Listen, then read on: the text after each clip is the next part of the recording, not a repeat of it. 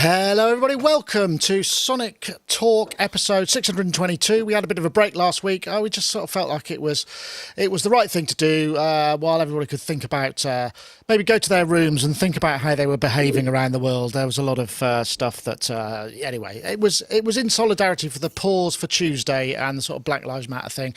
I'm not going to go into the politics of it all because I know everybody gets very worked up about that sort of thing, but that's why we weren't here last week. We're here this week. Hello to everybody. We've got our folks in the YouTube chat room and also in the IRC. Hi, everybody.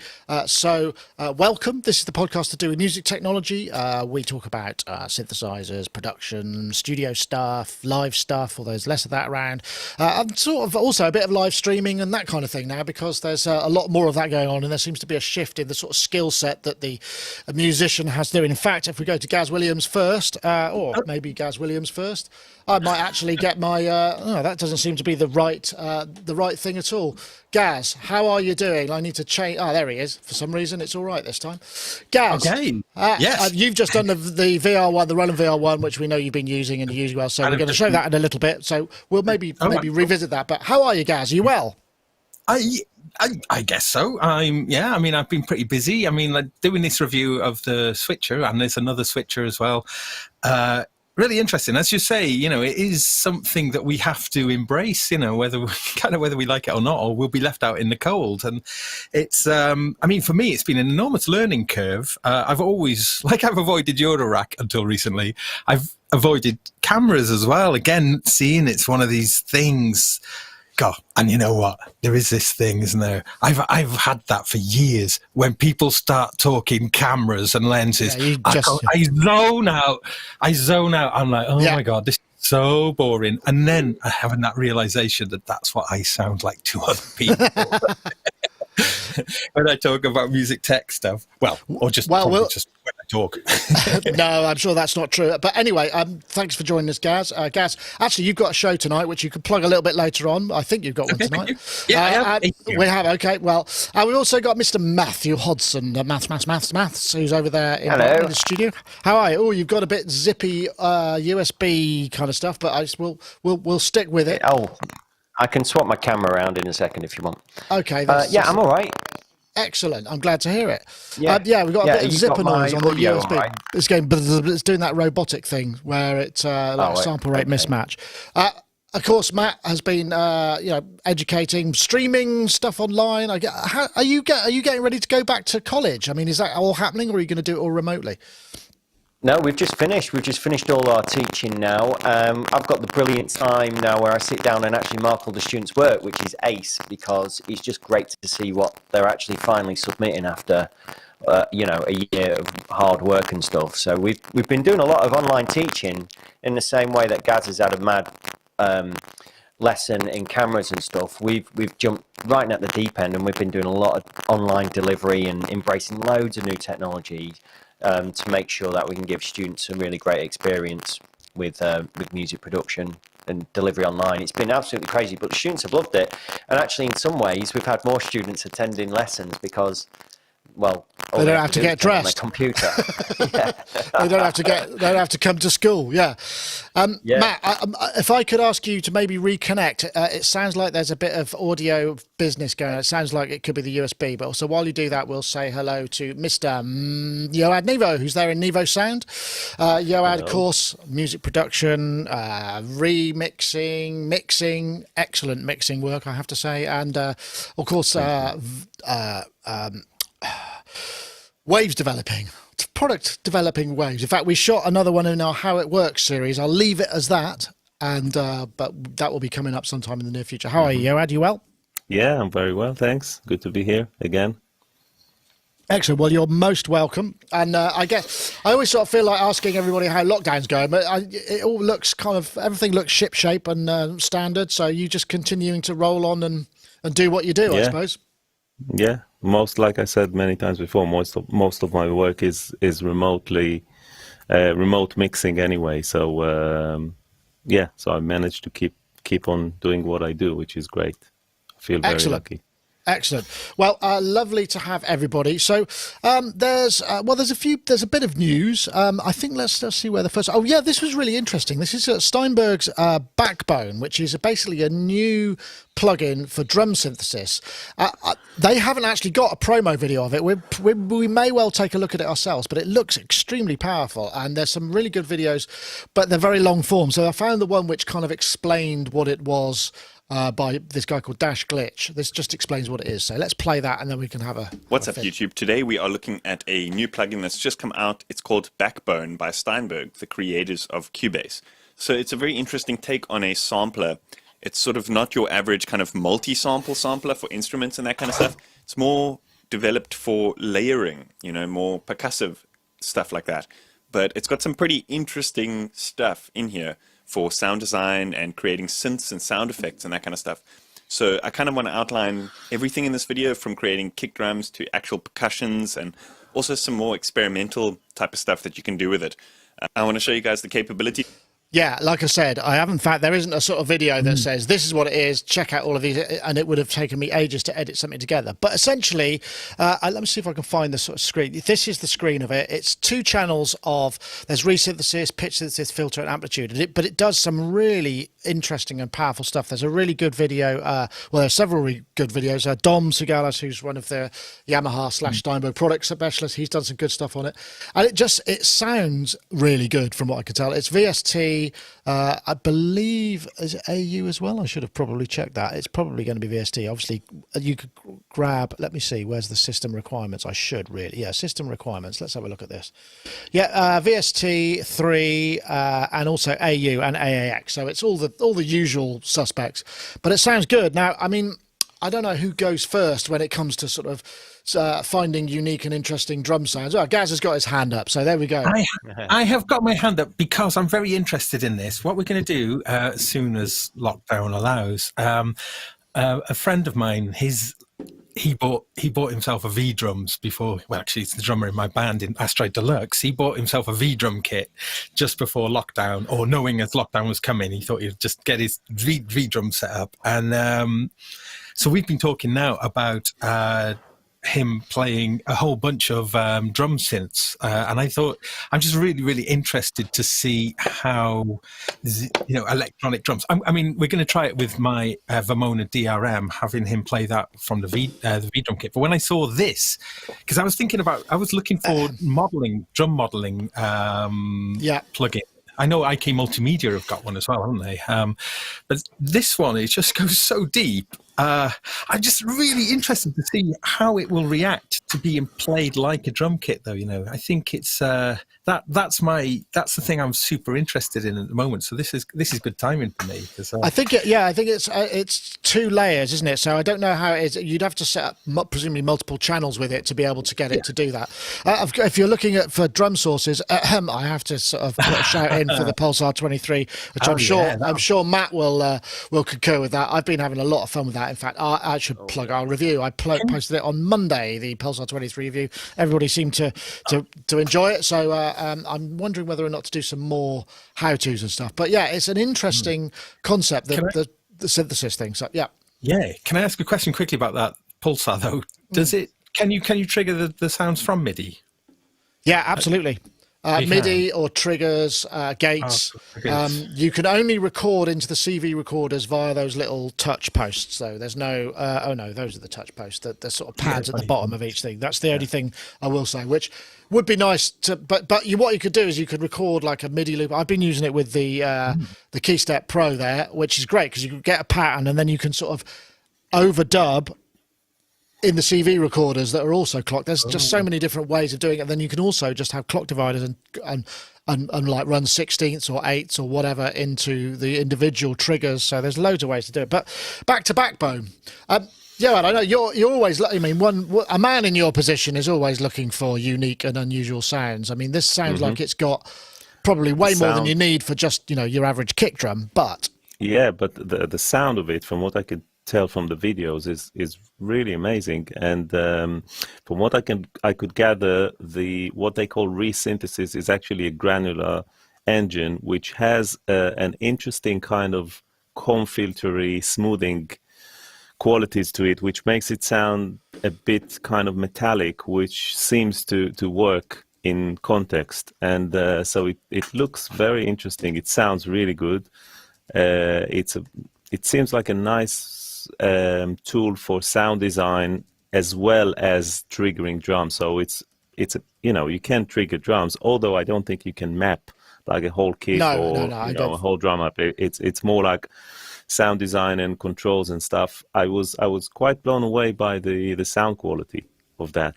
I know what you mean. Really, it's really I was hearing, we've banged on about how native instrument libraries just have a certain something about them, and there was an element of that kind of like wow factor, but all that extra depth and width. So maybe you're right with that in terms of what we've heard.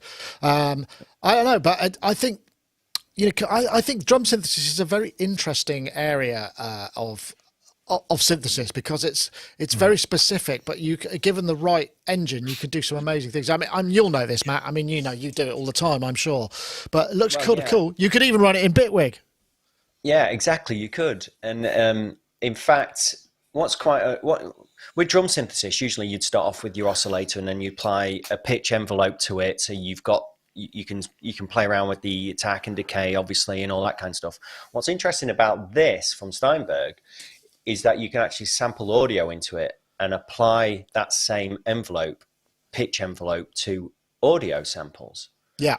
And that's what really differentiated it for me from any sort of drum synthesis stuff out there. Because I'm not, unless anyone else knows, but I don't know of anything else that does that.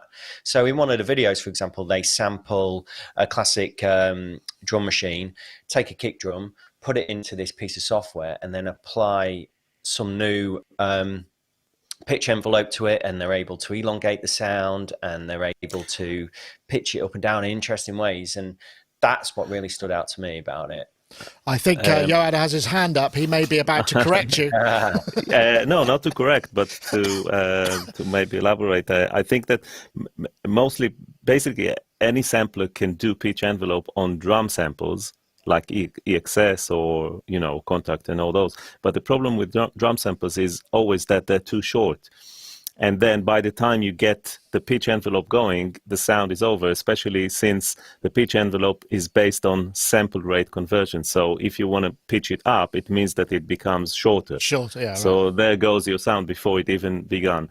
And with this granular engine, you can kind of loop the sound and make it as long as you like, and then apply the pitch envelope to it. So that makes the difference. I think that Matt was talking about. What's interesting, there's a demo, I forget, actually, if we go to the website, there's some really good demos here. What's the guy, Resynthesized Drum Sound, I'm just looking for the chap who did one specifically. Yeah, the sound designer. The sound designer guy, and he was using it for just some really interesting textures and evolving sounds and pitch stuff, but where you've just got a kind of impact at the beginning, and then and particularly with cymbals, the resynthesis of cymbals together with pitch stuff just sounded amazing. Well worth checking out if you go to steinberg.net, or it says new.steinberg.net/backbone. I think I posted the link in the show notes, which should show up in the chat playback, but I'll put it in there again just in case everybody needs to refer back to it. You was mentioning about just Bitwig then, one of the things that I've been doing actually with their sampler in there is putting any samples into it, sometimes one shots of drums, and there's a button you just click and it freezes the playhead of the sampler wherever you want it to, almost like you'd do in a granular engine or something like that. And then you can then just essentially turn it into turn on a polyphony and start playing chords with any sound that you've got in there, and it's one button, and it's ready to go. And that was really killer when I discovered that. Yeah, I think there's probably similar stuff in Backbone. Like I say, I have got a code, and we may get around to looking at it. It just seems to be from a sort of dearth of nothing, while everybody sort of went, oh my God, what's happening in the world? Now suddenly everybody's just kind of going, here, do you want to review this? Do you want to review this? Just tons of it coming. Everybody's exhaled and started, doing what they do. But yeah, it's well worth checking out. I think it's on special offer at the moment. Let's have a look. What is it? It's 128 quid. So I don't know if it's special offer or that's just it, but that doesn't seem, it's not outrageous. So depending on, I'm thinking, because the thing I'm thinking about having, a real drummer playing, I'm thinking also about something like this. It's like the bot pad by Keith McMillan, something like Yeah. that would be really cool, because so you're not having to set up a whole drum kit, but just essentially playing a single pad, but that can have expressivity in it. Yeah. I'm just kind of wondering, you see, because I think one of the things about drums, when I've been playing in bands all my life, when you play with a drummer, it's loud. The drums are always really, really loud, and you never ever play with drums that loud in the studio with electronic drums. And I'm just kind of curious about how loud, when like if you were to play electronic drums as loud as it would be for an acoustic drum kit, just how different the experience How it of feel. it. Well, I mean, I don't think you could ever replicate the speed of, because even if you've got a speaker, the transient is going to be, a couple of wave cycles away from the real thing. I mean, but you see those, I think Roland do them. There's these massive wedges for sort of electric drum kits that are just like, it's like a 15 and a top end, and you crank them and you point them at yourself. So but it is very different, because you don't get the smack. You're going to get a little bit of a delay from actually the real thing of, large hairy person hitting a drum skin 6 feet from your head. So I suppose that there will be a difference, but by the same token, drum synthesizers and what can make completely different sounds that you wouldn't be hearing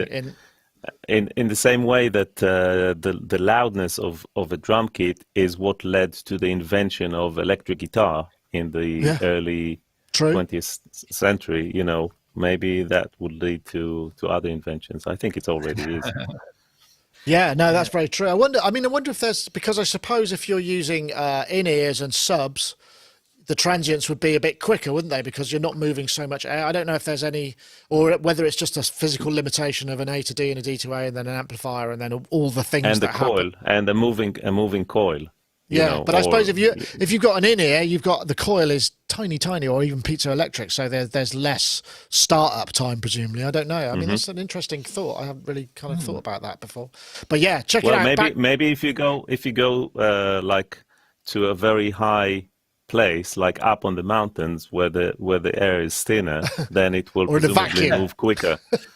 There could be vacuum-based rehearsal studios coming up. I mean, I guess it would probably work for quarantine. So you could have quarantine-based vacuum rehearsal studios where they're sort of clean rooms, but they're clean in terms of atmospheric interference as well. So you get the pure thing. But we're starting to get into the kind of special kind of copper and crystals for mains for hi-fi sort of world there, aren't we? So we've got to be pretty careful about that sort of thing. But yeah, check it out, the Steinberg What's It. So there's another one here. So this was, as we know, I've got one of these here actually. So this is my, I don't have the Minilog XD anymore, but I do have the Korg. What is this one actually? It's the NTS 1. Oh, I've just noticed this has got the serial number 6. I wonder if that's actually real or whether that's just, oh, that's exciting. I feel kind of somehow privileged. But yeah, so as we know, there's I think it's only like 32K of memory to work your sort of C code and algorithmic magic in terms of either an oscillator or effect slots. And the company Hammond Eggs, which is a wordplay on breakfast, obviously, they've just released a video which I'll play. If I got that, actually, it's here.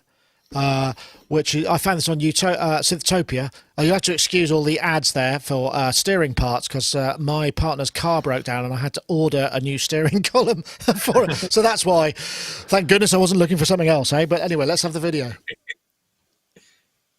So this is, and this is again just really simple, simple saw. This is the Minilog XD, which has the same technology. You can do it on the, I think you can do it on the, what's the other one? Is it the King Korg? A Prologue. Prologue, I beg your pardon, yes. So this is just wet reverb. And this is my kind of world, really. I like this kind of thing.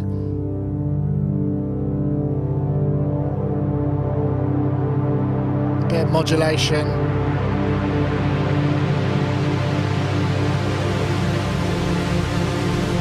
My lord.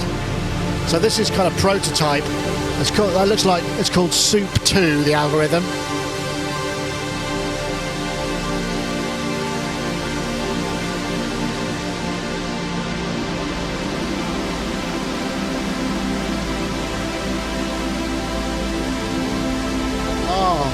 Sorry, it's the sort of thing that when I say I won't play the whole video, I'm kind of tempted to play the whole video just because it's taking me off into this world. But it sounds incredibly clear. What this is really interesting for me.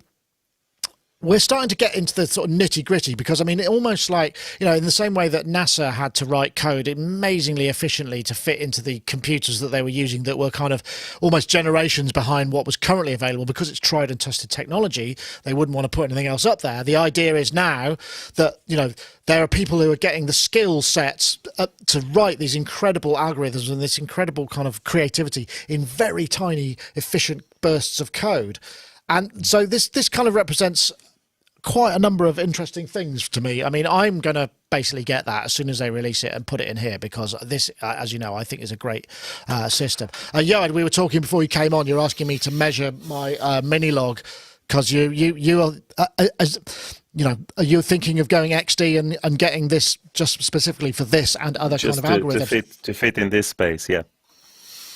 Wow! Now look at that. So we're talking about, you know, I don't know what this is likely to cost. I mean, they don't cost much, these algorithms, but, you know, almost for the purpose, you're going to cut a hole in your Neve and replace your center section based on the recommendation of code. So, I mean, it kind of illustrates my point, really, that these code bases are really starting to get interesting. I mean, how hard, you develop, so how hard is it to write these super efficient kind of good sounding algorithms? Well, luckily, we these days we don't have to deal with that as much as we used to before. So with Waves, we started as making plugins for TDM, for Pro Tools systems, which were DSP based. So that was they had very limited memory, they had very limited processing power, so everything had to be optimized to death. Fixed point, mathematics and all that, and so these days we feel much more, we have a lot of freedom when we create the plugins, when we create the products, and when we design them, and we go for sound and we just throw everything in the pot and we get a great sounding product, and then we think about how to optimize it. Yeah. But it's nothing like the restrictions that we used to encounter in the old days. So it's much more flexible in that sense. The limitation, the 32K limitation, obviously reminds me of the PC, the old PC days, where the DOS could only have 640K of memory, and then it was extended memory, and you had to write special instructions for that and things like that. But also, when we more related to synths and stuff, the wavetable, the Waldorf, wavetable, which was a way of introducing PCM to an oscillator. Which these days it seems kind of obvious, but when it first came out in the 80s, it was quite a thing, and they had to squeeze like single cycles and things like that into wavetables. I don't remember what the memory limitation was on the whole kind of wavetable. Well, it was tiny. And yet they managed to create some really, really cool and advanced sounds for the time, which are still iconic and classic. And I think that, there's always something good about limitations, because it forces you to really dig in and to optimize the hell out of whatever you're dealing with. And the same applies to the old Akai samples and even these days to workstations, because in workstations you have, albeit it's a PC these days, so it doesn't really apply, but you still have a limited amount of space, amount of memory and storage space, and you want to squeeze in as much as possible, like multi-sampled pianos and things like that. Absolutely. And then you really work it, and you really sound design, you work on the sound design to make it. So there's nothing bad about limitations. If anything, it kind of forces a bit more creativity, I suppose. Yeah, absolutely. Yeah. Yeah. I know, Matt. I know you're a fan of that sort of big reverby wash as well as similar sounds that I enjoy. Absolutely. Have you considered going for the the NTS one as an external effects processor yet? Not until now, but definitely so. I mean, all of my effects processors in the studio, as I've said before, are guitar foot pedals, which I'll just sit there. So I've got like the Strymon Blue Sky and a couple of echoes and that kind of thing. So I think this will be great. It just for that size, and you're getting that sort of size of reverb out of it. Yeah, I'd definitely go for that. Easy would. And also to take out when I'm gigging, playing live, that could easily sit on top of the modular case, that kind of thing. Yeah, the only thing you have to watch out for is it's got a power down routine, and at the moment that can't be disabled, so it has to it's kind of like Gaz's problem where his cameras kept switching off after 30 minutes.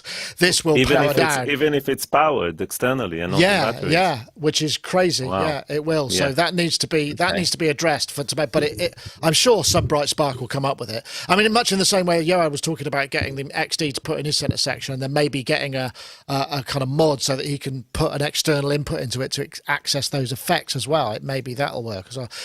Gaz, you haven't done the NTS one yet, but I know you're beginning to get into the world of modular, so it's only a matter of time, surely.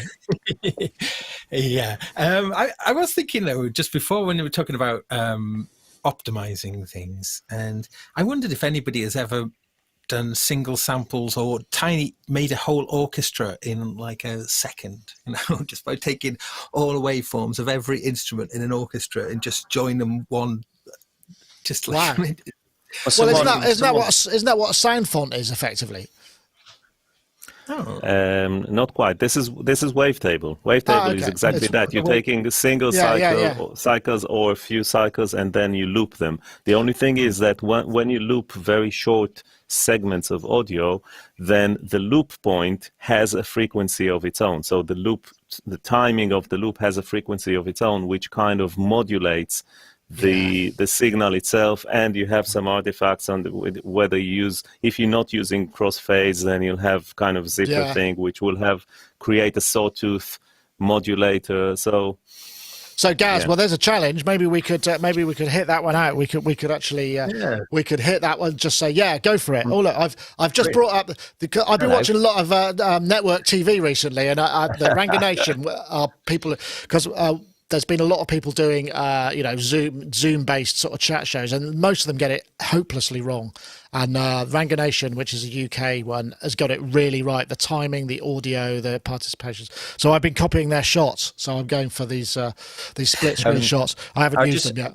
Yes. Something that's just come to mind. Gaz was talking about composing, just shrinking all the sounds down to 1 second. I'm pretty sure on YouTube, there's a video on there where someone's got every single Beatles song, put them all back to back, and then time stretched it down to 1 second, and then composed a song just using that sample. So they're writing a song using every Beatles song ever recorded. Well, I wonder if that can be commercially released, because I wonder if the algorithm because it's the actual masters of EMI. Yeah. The other thing that came to mind as well is working within confines is, of course, if you look back at the early Nintendo, Sega systems, Game Boys, when you've got the programmers and the composers working with such small amounts of memory. Obviously, you've got this kind of 8-bit Game Boy sound kind of thing. But what they were able to do with essentially, I think, just square waves on and off, at such low resolution, but they created such classic theme tunes, like everyone knows the Mario theme tune and what have you. I don't like bits. I mean, I'm the sort of, I just hear that and I just go, what is it? Yeah, I know. I just don't like it. Modern chiptune music has definitely got a acquired taste, but I suppose those of us that grew up with playing Nintendo and all that, it's that nostalgic. But they were great tunes. The Mario theme tune's brilliant for what it is, for what written on such, and also like the sound effects, the jumping sound effects. And I have to add to that that most of these engines were actually monophonic.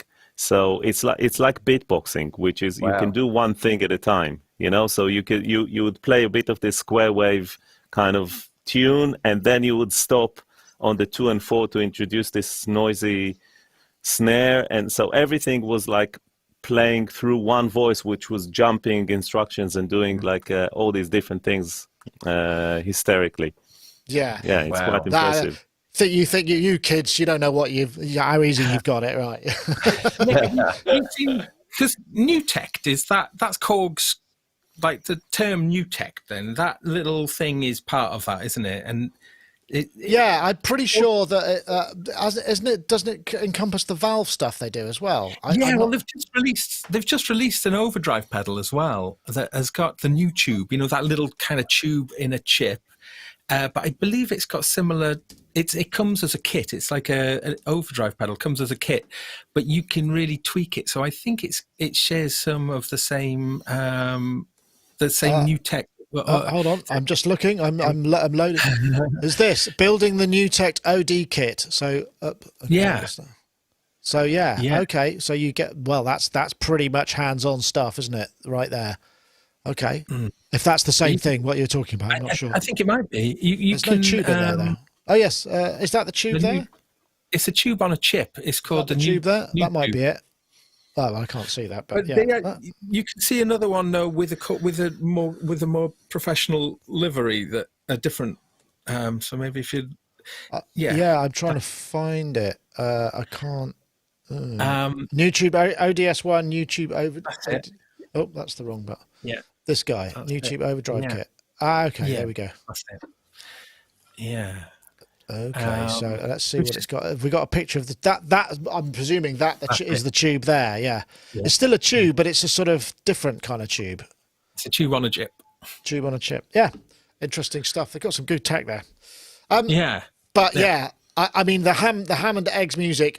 We don't know when it's coming. We don't know how much it will be. But these generally don't cost an enormous amount of money, and I certainly will be sticking one into this because it doesn't replace what's there. It will just give, because I think there are 16 effect slots. I don't know quite. I'm not quite sure how it works because I'm not a coder, but because this was originally the development board for people to develop these kind of things, and this is sort of a spin-off of that, which allows us to run these things.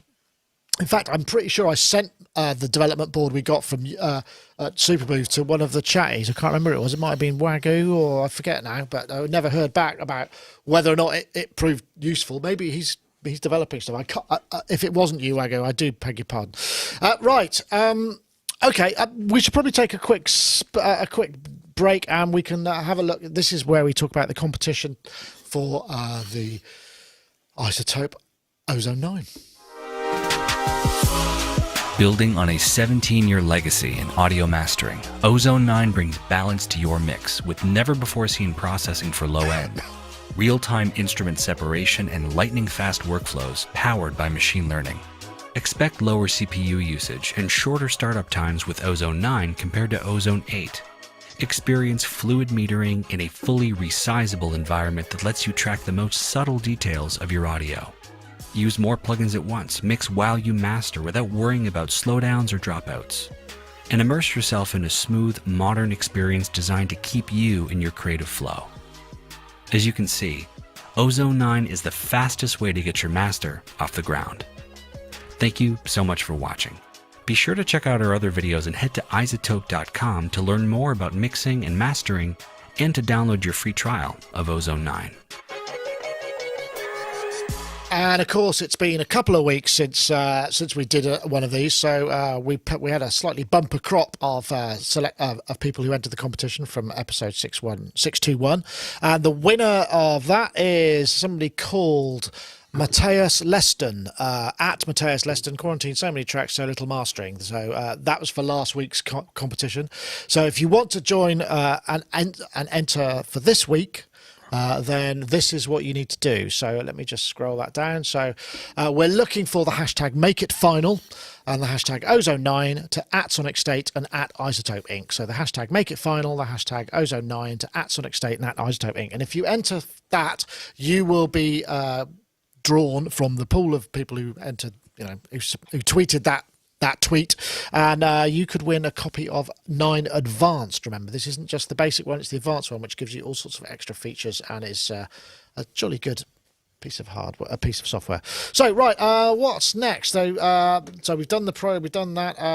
I did want to mention this because there have been some rumours going around about Apple going to announce new ARM chips, because as we've known for a long time, they're sort of, as many manufacturers, they're moving towards this kind of idea of convergence, and we've seen ARM chips in iPads and iPhones for some time, and they're looking like we might be starting to get ARMs in laptops and whatnot.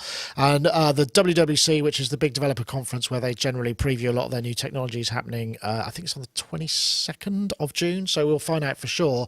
But I mean, you know, you might think, yeah, whatever. But actually, this could be really big news, especially if you're a developer, because it's going to mean, you know, you're going to have to recode everything. Because we might, as we know, Gaz, you know, the iPads, they've got some awesome power. I mean, in many cases, they outperform. And we use iPads for editing video in the field, and in some cases, they work better than the actual laptop, which is bonkers. But 4K video, flipping 4K around like nobody's business on my iPad Pro, you know, compared to my Mac Pro, it's unbelievable. Yeah, so to back that up, yeah. It could be, but there are less Pro apps being developed for, unfortunately, for that whole business, which does mean that there's going to be a bit of a lag. I don't know. I mean, does this sort of thing fill you as a developer with dread? Because you just think, oh God, an entire platform migration. Yeah, we have, I think, with the new releases, I think we have something like about 178 products or something like that, and to convert all these and the infrastructure and all that, but maybe it brings new opportunities, new performances. So far, the problem with the problem was that those new chips, the ARM chips, were more efficient in terms of energy consumption, but less quick in terms of calculations. When you run it in iOS, then the OS itself is much more streamlined, and it's designed for that chip, so it works more efficiently. But if you're looking at a general purpose computer like a PC, then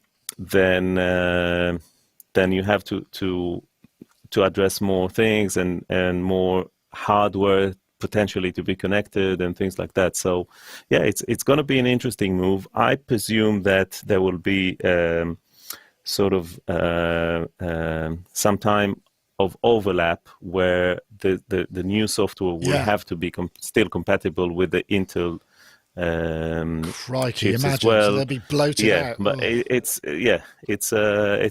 not going to be much fun, but that's the way it is, you know. That's it is. The way it's interesting. It's always been.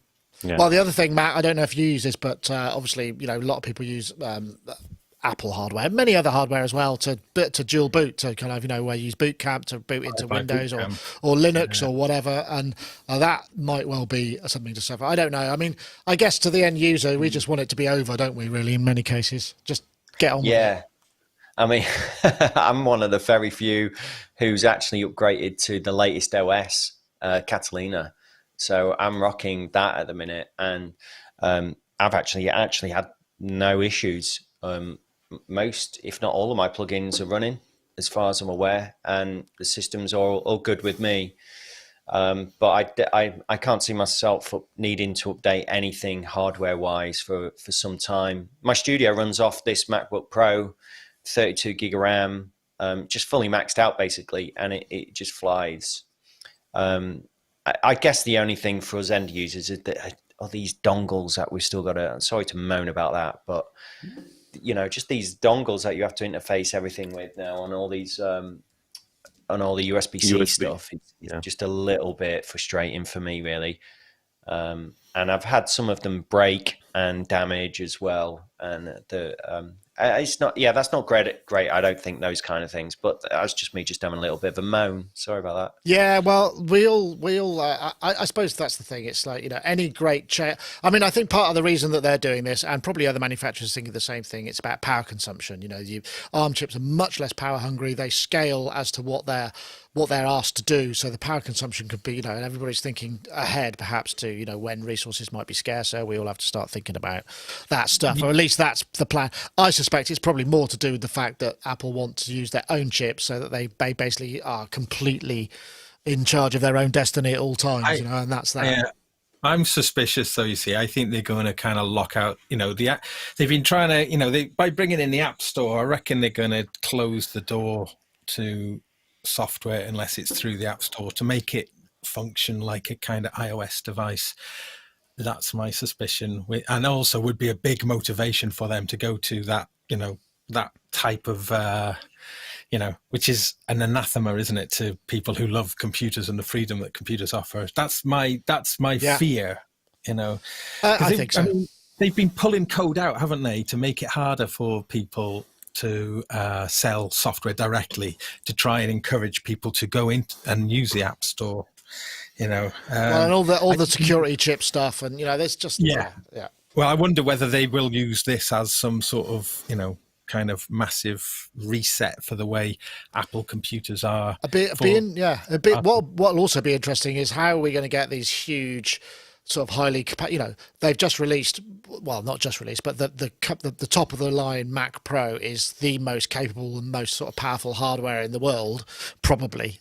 How are you going to then replace that with an ARM-based system? I mean, it's just sort of, I mean, why would you? It's going to be years, I think. It will. One thing is certain is that it will cost you an arm and a leg. Yeah. Oh, very good. Very good. Yeah, that's a title contendant. I'm quite excited about the rumored Apple Glass, the glasses that they seem to be working on, which seem to interface with your phone so you can check messages and stuff like that with it just all heads-up display. You've got room in the frame there. You've got room in the frame there. Mine are a little bit thinner to fit, some pretty powerful computing and battery in there. Well, I think Apple's patented something as well recently where it matches your lens requirements as well within these glasses. Sort of. So the lenses are configuring so that they will just something like that. Or, so you don't have to wear two pairs of glasses. But further down the line, I was just thinking, when I'm sure eventually they'll interface these things with a computer in more ways and maybe open it up. So imagine you're there programming Logic or whatever. You could be able to play your synths with one hand and then using your eyes at the same time to sort of move MIDI data around while you're playing. Would be really, really cool. So, wow. That's true. Or you're on a long car journey. It's peeing with rain. You didn't bring your charging cable. You're driving through the night. The batteries run out on your Apple glasses, and they default to not your prescription. I don't know. I'm sure that wouldn't be the case. I'm just sharing. I don't really want to dwell on it, but it's just an interesting bit of technological kind of change. Right. So what do we got here? This is. I think I've got a video for this. Oh yeah, Ruben Dax. He's got an A to Z of looping. I just thought it was a great lockdown project. So this is F. He's up to F, one a day. And this is, see if you can guess what it is. I'm guessing you're probably thinking, yeah, it's fire, isn't it? How would I not know the answer to that?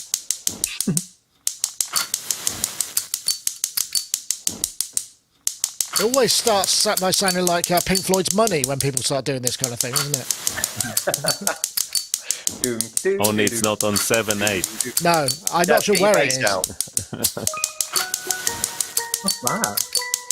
I think it's a homemade MIDI controller that looks like it's on a rotating cake stand.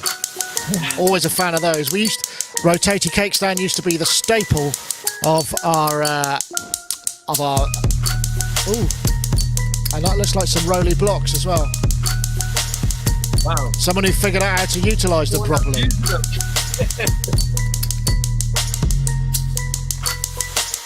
Oh yeah, it's fun anyway. He's a very creative chap, and I just thought really what a brilliant idea for a lockdown project. And there are all sorts of We've had a lot of discussions. For when we started out, everybody was kind of freaking out a bit. Is like, if I'm not doing something, does that mean I'm not useful or relevant? And absolutely not. You know, you don't have to have something to do. I mean, there's no reason. You could just be chilling, and that's totally fine. And I think people should use this time to chill and maybe reevaluate and come back and go, you know what? I really know what I want to do now, and it's not what I used to do for whatever reason. I'm just going to paste this into the chat room because then it will be in the show link. So. I don't know. I just thought it was kind of cool. I don't know, Gaz. You've got a looper. Why haven't you done an A to Z? Oh. Do you feel deficient? Do you feel like you haven't done enough? What about a Chinese alphabet version, which has probably got way more characters? He's gone. Oh, don't knock anything over, for God's sake. I just bought this. Oh, nice. A Glock. A Glock, yeah. And I've been making sample loops, making little loops up with it, and then reordering all the loops. So getting kind of very Steve Reichy kind of stuff going on, and then feeding it through. We're actually doing it through the Octatrack, but I love it. How does it translate sample wise? Because it's when you're in the room with it, it's very different. You know, there's so many high transients and high harmonics. Can you capture all of that? I'm using a contact mic, so it's sort of just taking a more of a sort of thuddy sort of tone off it. But I have been doing it also with a pair of stereo mics as well. And it is, I mean, it's got tons of high harmonics in it. But there is something about a Glock as well, which is super useful. If you're doing pop production or any sort of, every time a chord strikes, if you just pick a chord tone on the Glock and just a single strike just on the downbeat of a chord, it's just like instant Beach Boys. You know, it's a beautiful, simple technique to do. I mean, obviously we've been doing it with samples for a long time, but it just announces the chord in a beautiful way. A Glock does, you know, just sort of helps to define it. Interesting. And, I love the instrument. Is there such a thing as a bass Glock? I wonder what the effective range is of a glockenspiel, because you get like concert marimbas, don't you, and concert xylophones. Do you get concert Glocks, or would the overtone be wrong? Over to you. Yeah. Do you sound like? I think it's called the vibraphone. I was going to say vibe. I think it turns into vibes, doesn't it? And also, Gaz, I think that if you try hitting it with drumsticks or with anything, with spoons or whatever, just the wood part, and let the tines ring, you get a really interesting kind of percussive, because, you know, the whole thing kind of resonates, and especially if you then pitch it down, it sounds quite interesting. Like kicking a piano. Yeah, that sounds like a good one. Kicking it, that might be it. I'm going to put that one down. Like kicking a piano. That sounds like a good title as well. Kicking a piano. I know, Matt. I mean, quite often electronic artists will have like a single acoustic thing, like Ambira's get a lot of contact mic stuff. You know, I forgot where I started from. Wasn't there a point to those? Is looping, wasn't it? Are you a looper? Let's go back. Rewind the topic. If you don't mind. Yeah, I've done loads of looping and that kind of stuff, using Ableton, using hardware, and I think the thing about live looping is that when you see a video like that, it's really entertaining, because you're seeing, oh look, he's making music from sampling a dishwasher and his dustpan and all that sort of stuff, and then it becomes musical. And I think that's one thing. But if you was to shut your eyes and listen to that piece of music, its structure with a lot of live looping, I'm just generalizing here. Yeah. The structure of it is just usually just build, and musically, for me, it just gets very repetitive, one-dimensional. Whereas, if you go back and look at someone like one of our fellow stars on here, Jamie Liddell, you go check out one of his performances back in the day when he was doing stuff with Warp. I think they did a night at the Barbican, and it's on YouTube, and you can see him, and I think he's using some stuff that is built in Max MSP, and he's doing live loop, and he's using his voice and all that kind of stuff. But what he does, he adds loads of drops in, he builds stuff up, he adds reverbs and delays, and it just gets really big and wobbly, and then he can bring it back all in.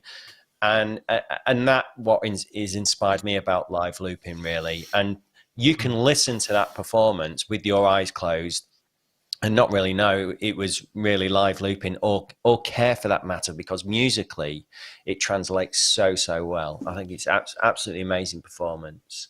Well, that's interesting, though. I think that's partly because, I mean, he's not singing, and I think using the voice in live looping is incredibly powerful because it brings in a much more emotive thing. But I mean, he was using the looper in live. It was on the screen behind him, I think, or certainly in a couple of the other ones, which is quite a linear thing. I mean, if he was using some other technology, then you can start to do a bit more of that. And, in many ways, that's the holy grail, isn't it? Because it's like, do you want to wait for 64 bars for the intro to be finished because it took that long to build? So there are ways and means. But I just thought this was a really good idea. I saw an amazing looper. I mean, it's really interesting what Matt was saying about that thing about making a dynamic arrangement on the fly. And the best I've ever seen, I think, is Peter Broderick. I think he used to do stuff with Efterklang. But he was masterful in the way that he would use loops, because he would often just bring the loop out completely and just play, and then just be playing a little bit more music, and surreptitiously would just be grabbing a small bit from what he's just doing again, then start looping. And and then you do things like at the end of the song where everyone was clapping, he just turns the mics onto the audience clapping, and then he uses the audience clapping to build the rhythm of his new song, the next song that he builds. And the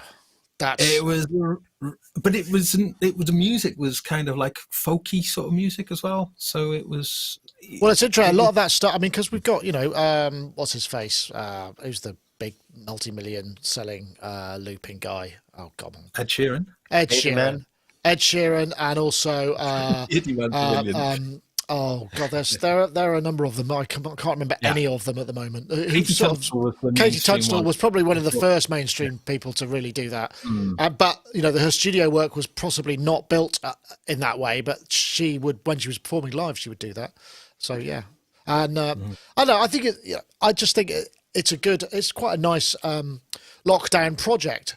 Which I suppose, you could ask, has anybody actually started and completed or doing a lockdown project? I mean, I don't think I have, so I don't feel like I'm kind of... Matt, did you... Yeah. You always have like massive lists of stuff that you're getting on with, and it's terrifying. But the thing is, I lost my hearing at the start of all this lockdown, and it's it's about 80% back. So I've got songs ready to go and record down, but I couldn't actually hear anything. So it was really, really frustrating for me more than anyone.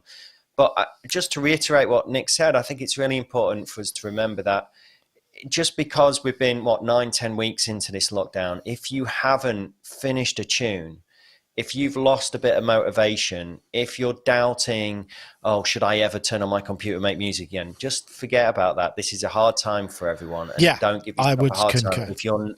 If you've, like some of us probably at the beginning of this lockdown thought, I'm going to get into meditation every day, I'm going to start a podcast, and we're going to da-da-da-da-da. If you didn't do any of those things, it's absolutely fine. Give yourself a break. Yes, I would concur with that. And, we all find a natural level. I mean, if you're a driven kind of person, sometimes you just need a break as well. So, just go for that. But yes, a very good sentiment. That was, what was his name? I'm just rolling back down. Ruben Dax. You want to check out his stuff? I posted the link in the show notes. I'll put that again, which is the playlist to his A to Z that should go into the chat live stream.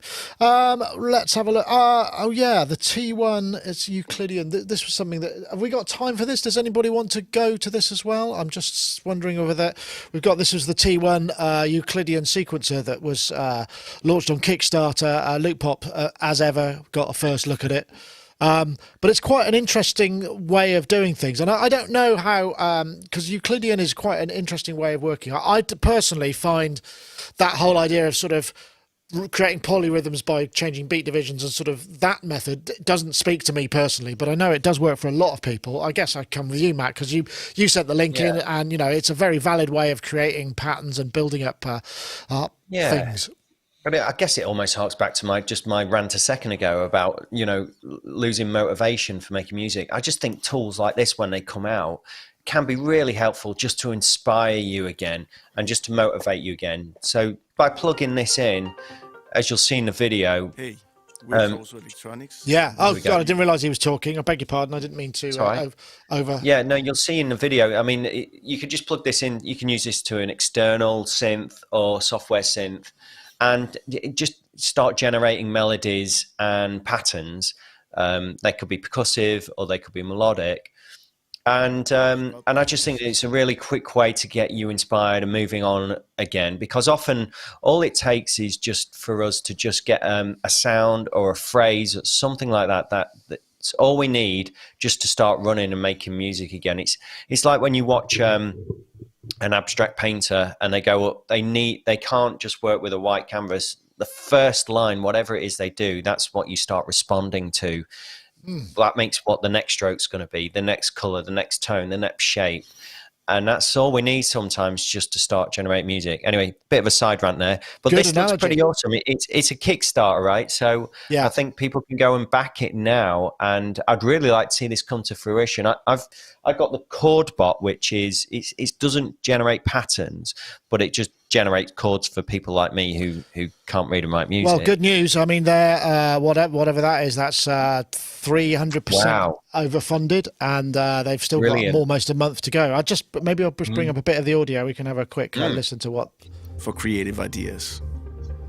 Our excitement for sharing the T1 has grown since day one. Now we only need your support to start production. We hope that you'll back this project and make it come to life. So it's like a MIDI controller with sequencers. I don't know if it does stuff internally or whether it's got a software component to it. I probably should find that out. I think it's actually I think it's a standalone thing. So presumably you can update the firmware and stuff like that. I know. Yoad, do you kind of subscribe to it's almost like it's like running multiple sequences, arpeggiators or whatever, and then just finding something that somehow joins together that's clock related, or is that a way that you like to work as well?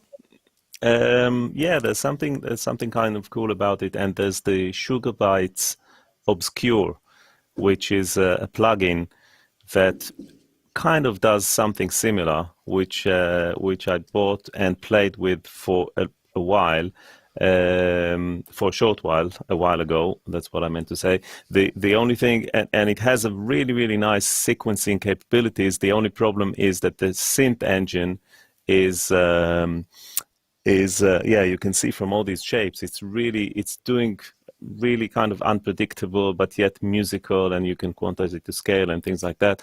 It's really cool. The only problem that it runs, the synth engine is a very simple FM engine, and it doesn't sound that well. And when you try to spit the MIDI out in order to get it into Logic or something like that, it becomes a nightmare with IAC and things like that. And it's not, it's not very solid. But that's something that I actually, when I first bought it, I made a track just out of playing 2 notes, and then created a whole track, like a 7-minute track based on these notes, and it was quite impressive. I was quite impressed by what it can do. I managed to then sync it to make it kind of send the MIDI to Logic so I can record it with all the manipulations I was doing in real time. But that was kind of a one-off, because after that I couldn't make it to... Couldn't make you do it again. Yeah. So repeatability. That was quite we're all for randomness, but then you want to be able to repeat the random setup, I suppose. But well, I'm sorry to hear that. But yeah, very, very. I don't know whether you've gone Euclidean, Gaz. Well, the OP1 has. That was my first experience of a Euclidean sequencer, and very interesting. I think when the devices are kind of making music that's outside of what you could have come up with yourself, I think I'm always really interested in that. And you're kind of shepherding it, you're herding it along and being able to control it to a certain degree, but it's doing things. Actually, this fella here, the Noodler. That's true. that's got a whole bunch of interesting things. The LFOs, having LFOs to sending LFOs to the actual key and the scale. So you can make sort of, if you put like a really sort of, you put like a square wave, and you can have it change with a really, really slow LFO. You can have it change key at certain times. And, but with that thing, you get a whole load of stuff going on, but then it starts to sort of take over, and you're like the mad scientist who've brought something to life that's like, whoa, what is this thing? And I love all of that. I love that. So, I mean, I reckon this would do a similar thing there, really. What I didn't see on it, because I didn't see, what's the connectivity on it? It's basically USB, as far as I can tell. It's just USB, is it? It's just you could use, one of these, I suppose, couldn't you? Because the RetroKits RKO 006, which I've been playing with. I did a Friday Fun Jam with this, which was just basically connected the Roly the Roly Seaboard block directly to the modal Argon 8M without any computer in the way. I suppose this is the computer. Effectively, it's a MIDI host.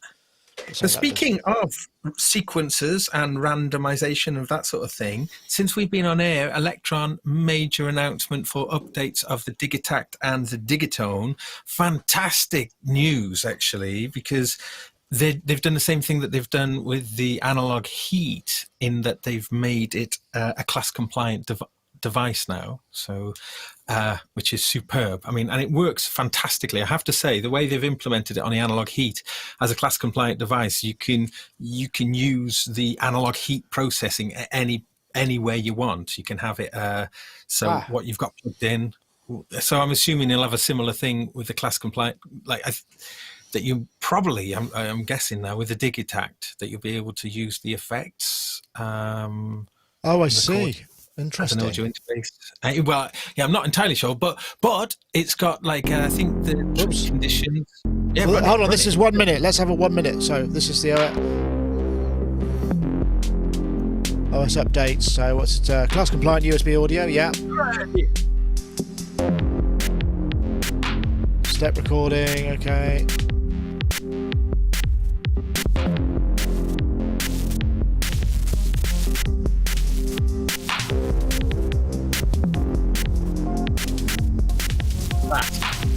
Preview.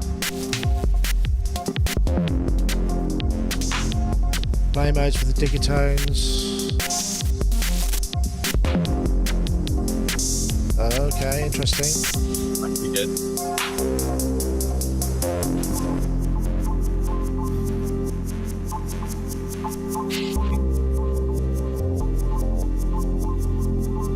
Okay, and of course, I don't know actually what that means.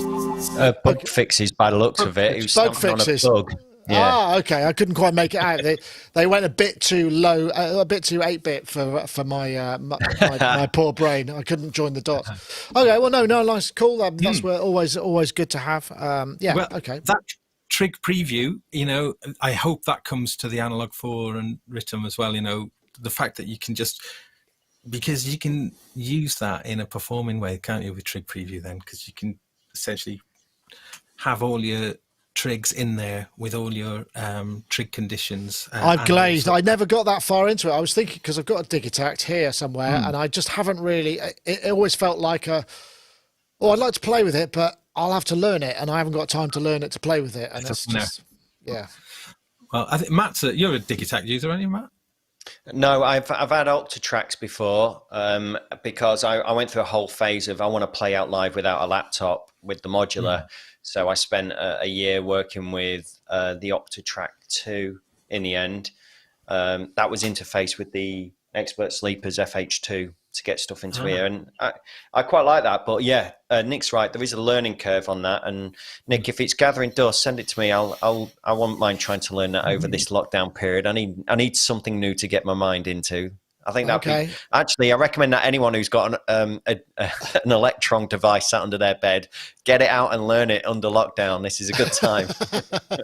It's the Elektron, perfect for lockdown. Yeah, I'm not sure that tagline would ever take off, but I guess it's that trig previews a little bit. I made a video about the Medusa, how you can on the grid you can kind of assign, you can use almost like the preset selector as a way of playing it like an instrument. Because as you hit a pad, it'll sound, and you can decide which note it is. And the circuit has got a similar thing as well, where you can do the sample. You go to the sample select, and you can actually just sort of play. You can automate the Yeah. So so I think that's going to be brilliant for Digitakt users. Just because, as I say, you can have your 16 steps all loaded with samples that have all got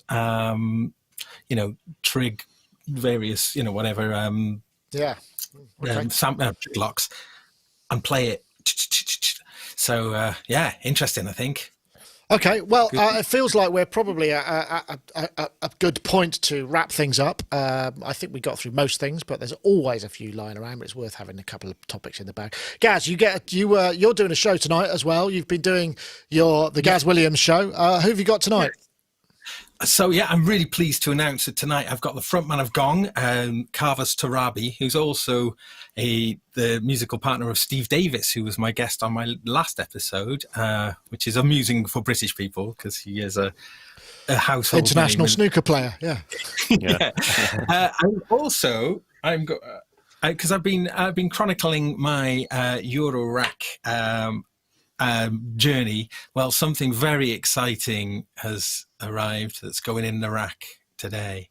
This is the Sea Devils filter from Suit and Tie Guy, STG Sound Labs.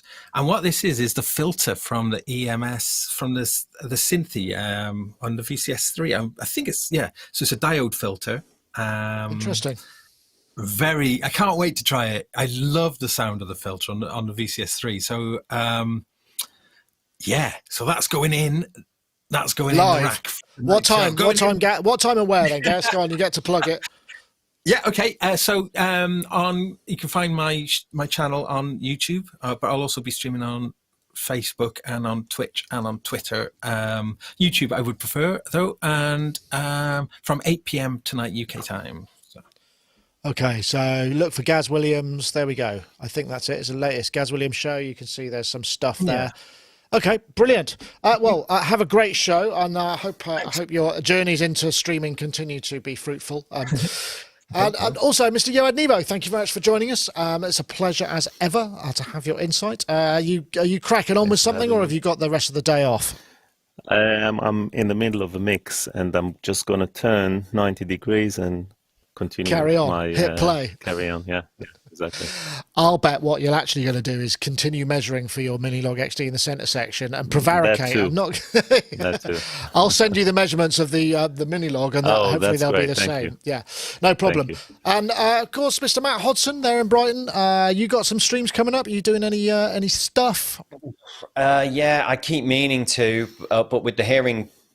Been bad for a while, but now it's coming back, and I'm getting so many emails and people badgering me to do some. So as soon as I do, I'll let you all know, definitely, but perhaps maybe as soon as next week even. Okay, brilliant. Brilliant. But keep an eye out on my YouTube channel, I guess. Thanks. Excellent. Well, thank you everybody for watching. Once again, we want to say thank you to our guests and to our friends over at iZotope who have provided the Ozone 9 Advanced. If you want to actually enter to win that,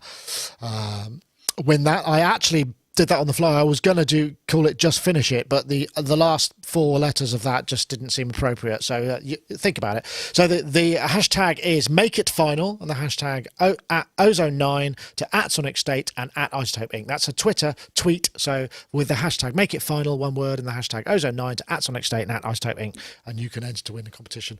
We want to say thank you very much to everybody for watching. Thanks to all our friends in the chat rooms. I think we've got the YouTube chat room. Oh no, it's the wrong button there. That's the one I want. YouTube chat room and also IRC. Of course, you could join us every week. We've got more content coming. Don't forget, we've also got the Pulsar 23 review that was out on Monday. Review.